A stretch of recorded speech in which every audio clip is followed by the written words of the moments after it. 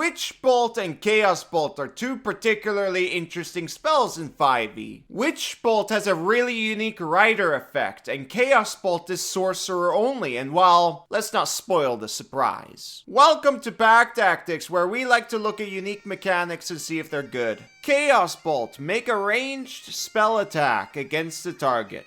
On a hit, the target takes 2d8 plus 1d6 damage. Choose one of the d8s. The number rolled on that die determines the attack's damage type, as shown below. If you roll the same number on both d8s, the chaotic energy leaps from the target to a different creature of your choice within 30 feet of it.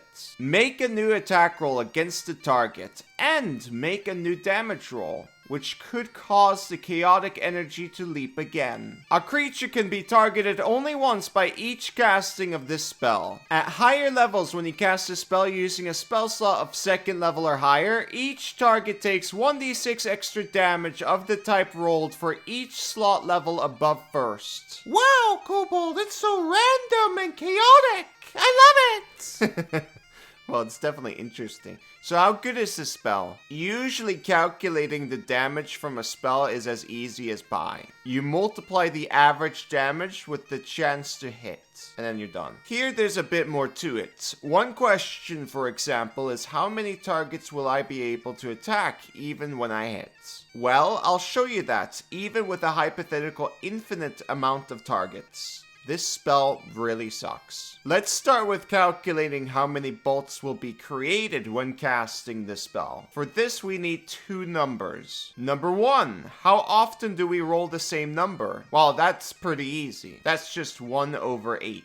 Number 2, what is the chance to hit someone with a bolt? Well, it will probably differ between targets, but for sake of ease, I will assume they all have the same AC. At level 1, I usually assume 13 AC. But Kobold, you're such a weight room optimizer! You can't make assumptions like that! Well, I'm gonna do it anyways. Nothing's gonna stop me. Ugh!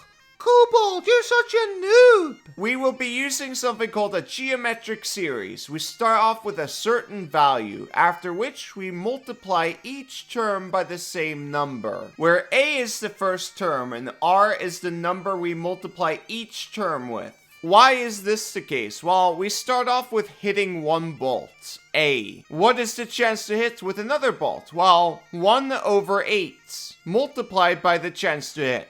Let's look at what number we get here. If we assume a level 1 sorcerer with a +3 charisma modifier against 13 AC, we have a 65% chance to hit.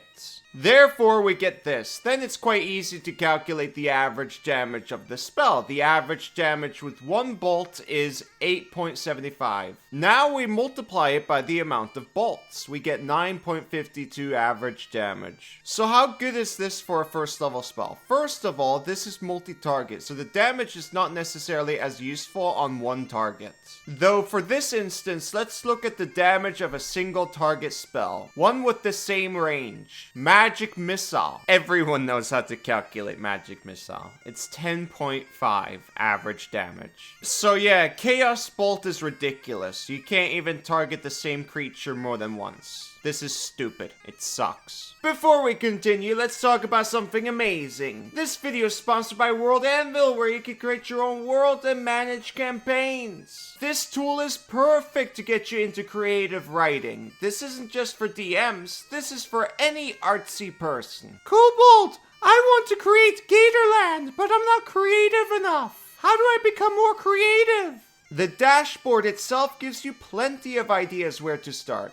As soon as you start filling them in, like let's say you create two warring countries who hate each other, it all evolves from there. Why do these countries hate each other? Maybe it's through some sort of conflict, maybe they're fighting for special material, and so on. And what helps even more is the site is full of video guides with tips and tricks and a massive community who will help you on your world building adventure. Sharing your world with others through this program is incredibly easy. I highly recommend you check it out, and if you do, please press the link in the description. That helps me too. worldanvil.com/packtactics. And if you like what you see, they hope to earn your subscription. Use the code PACK at the checkout to get 40% off your yearly subscription. Now it's time to cover the next spell. Witch Bolt. Make a ranged attack against that creature. On a hit, the target takes 1d12 lightning damage. And on each of your turns, for the duration, you can use your action to deal 1d12 lightning damage to the target automatically. The spell ends if you use your action to do anything else. The spell also ends if the target is ever outside the spell's range or if it has total cover from you. At higher levels, when you cast a spell using a spell slot of 2nd level or higher, the initial damage increases by 1d12 for each slot level above 1st. This spell has 2 aspects. 1. The damage you do on your turn of casting, based on an attack roll. 2. The damage you do on subsequent turns using your action without an attack roll. Wow! I only need to hit once, and then I do great damage for free! The thing is, this spell really isn't that big of a deal. It's available to sorcerers, wizards, and warlocks. So let's look at Witch Bolt and its competition. To start, let's look at sorcerers and wizards as they have similar alternatives for the purpose of comparison. So how much damage does Witch Bolt do on average? Well, it kinda depends on a few things really. On turn 1, it's really easy. The average damage is based on your chance to hit as usual. Subsequently, you either hit turn 1 or you didn't. So if you still use 65% chance to hit, we do 1d12 damage 65% of the time, and another action the remaining 35% of the time. Because if we miss on turn 1, we cannot actually be doing the automatic damage. So do we use the average of 1d12 65% of the time and 0 35% of the time? No, because we can actually still do something with our turn. For the sake of comparison, I will assume both the sorcerer and wizard will be casting Firebolt on most of their turns. So 65% of the time from turn 2 and onwards, we do 1d12 damage, and the remaining 35% of the time, we do the average damage from Firebolt based on our chance to hit,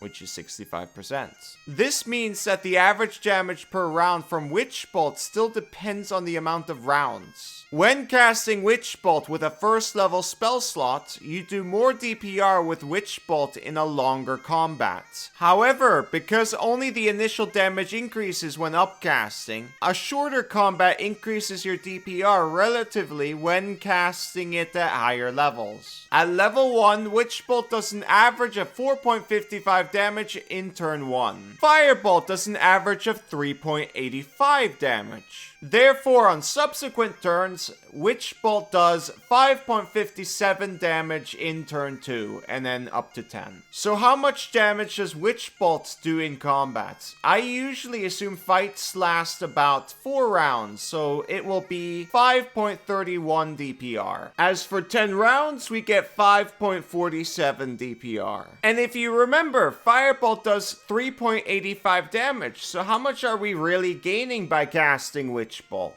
In 4 rounds, we'd gain about 9.71. In 10 rounds, we'd gain about 20.5. So, is this good for a 1st level spell slot? No, not really. Magic Missile, as shown before, does an average of 10.5 damage, which beats Witch Bolt's added damage in turn 1. Getting 20 damage can be done by getting 3 people in the blast of a Thunder Wave, if we assume 55% chance of failure. Also, in 1 turn, if damage really is necessary, you have way better options. Now, let's look at this comparison for a level 3 sorcerer or wizard. It's really similar math, so let's just look at the results. As I said before, because the 1d12 doesn't scale, the DPR becomes worse if your combat lasts longer. At this point, we have alternatives such as Shatter, which does 10.12 average damage per target. So between 2-3 targets is enough to beat Witch Bolt, but way before round 10. Let's look at Warlocks. Again, really similar math, but instead of Firebolt we use Eldritch Blast as our cantrip of choice. And as you can see, Hex plus Eldritch Blast just blows Witch Bolt out of the water. A level 3 Warlock with Agonizing Blast, or without, you make the choice. Hex still beats Witch Bolt either way. At this level, you shouldn't be casting Hex that much. If you want to know why, watch my video on Hex is a Trap. Conclusion, these bolt spells are sadly not worth it, even though they're interesting spells. I could also talk about Guiding Bolt too, if you want to hear it. Guiding Bolt really isn't a big deal either. Anyways, end of video. Remember to check out World Anvil, and if you like what you see, they hope to earn your subscription. I also hope to earn your subscription as well, by the way. Anyways, thank you for watching. Bye-bye.